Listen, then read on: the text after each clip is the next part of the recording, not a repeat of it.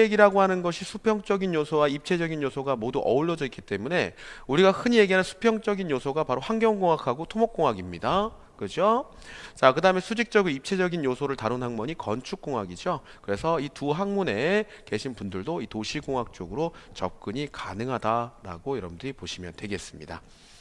자, 첫 번째 시험 과목입니다. 시험 과목. 자, 시험 과목은 필기와 실기로 나눠져 있는데, 자, 필기는 도시계획론, 도시설계 및 단지계획, 도시개발론, 국토 및 지역계획, 그리고 도시계획 관계 법규라는 걸로 나와져 있죠.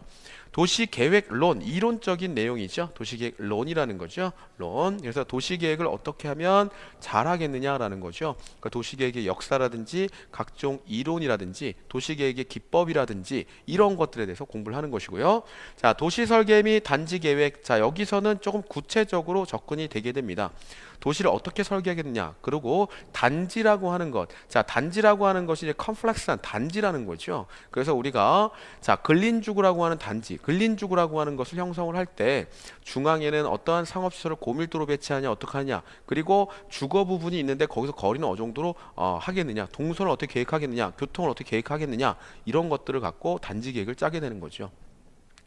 자, 그 다음에 도시개발론입니다. 자, 각종 상위 법규와 정책에 의해서 도시를 개발하라라고 나오면 도시 개발을 어떤 식으로 구성을 하겠느냐라는 거죠. 그래서 도시 개발을 할 때 자금을 어떻게 끌어들여야 되는지, 환지 방식으로 할 것인지 아니면 수용 방식으로 할 것인지 아니면 금융을 우리가 부동산 금융을 어떻게 진행을 해야 될 것인지, 그리고 도시 개발한 절차는 어떻게 진행이 되는 건지, 상위법은 어떤 법규에 의해서 도시 개발이 이루어지는 건지 이런 것들에 대해서 공부를 하는 거고요.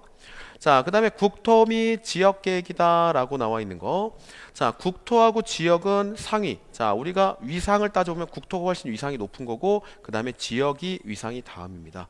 그래서 국토라고 하는 것은 전반적인 우리나라 국토의 전반적인 성장과 관리를 위한 도시개발이고, 그 다음에 지역계획이라고 하는 것은 그 지역 자체의 어떤 성장을 위한 지역계획을 짜는 거다. 그래서 각각 국토와 지역에 우리가 상위법으로 나와 있는 국토기본법이라든지 그 다음에 도시개발법, 그리고 광역 관련 법들, 이런 법들을 토대로 해서 계획을 짜는 거, 이게 바로 4번에 나오는 국토 및 지역계획 관련 과목이다라고 보시면 됩니다.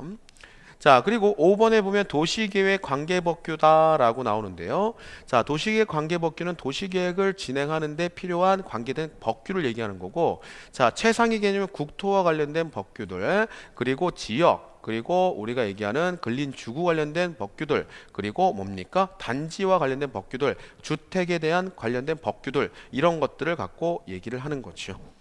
자, 그리고 자, 실기 부분은 도시계획 실무를 갖고 얘기를 합니다. 그래서 보통은 인구 추정 관련된 내용에 대한 내용과 그 다음에 이제 도면 작성, 이 두 가지로 나눠져서 시험을 보게 되죠.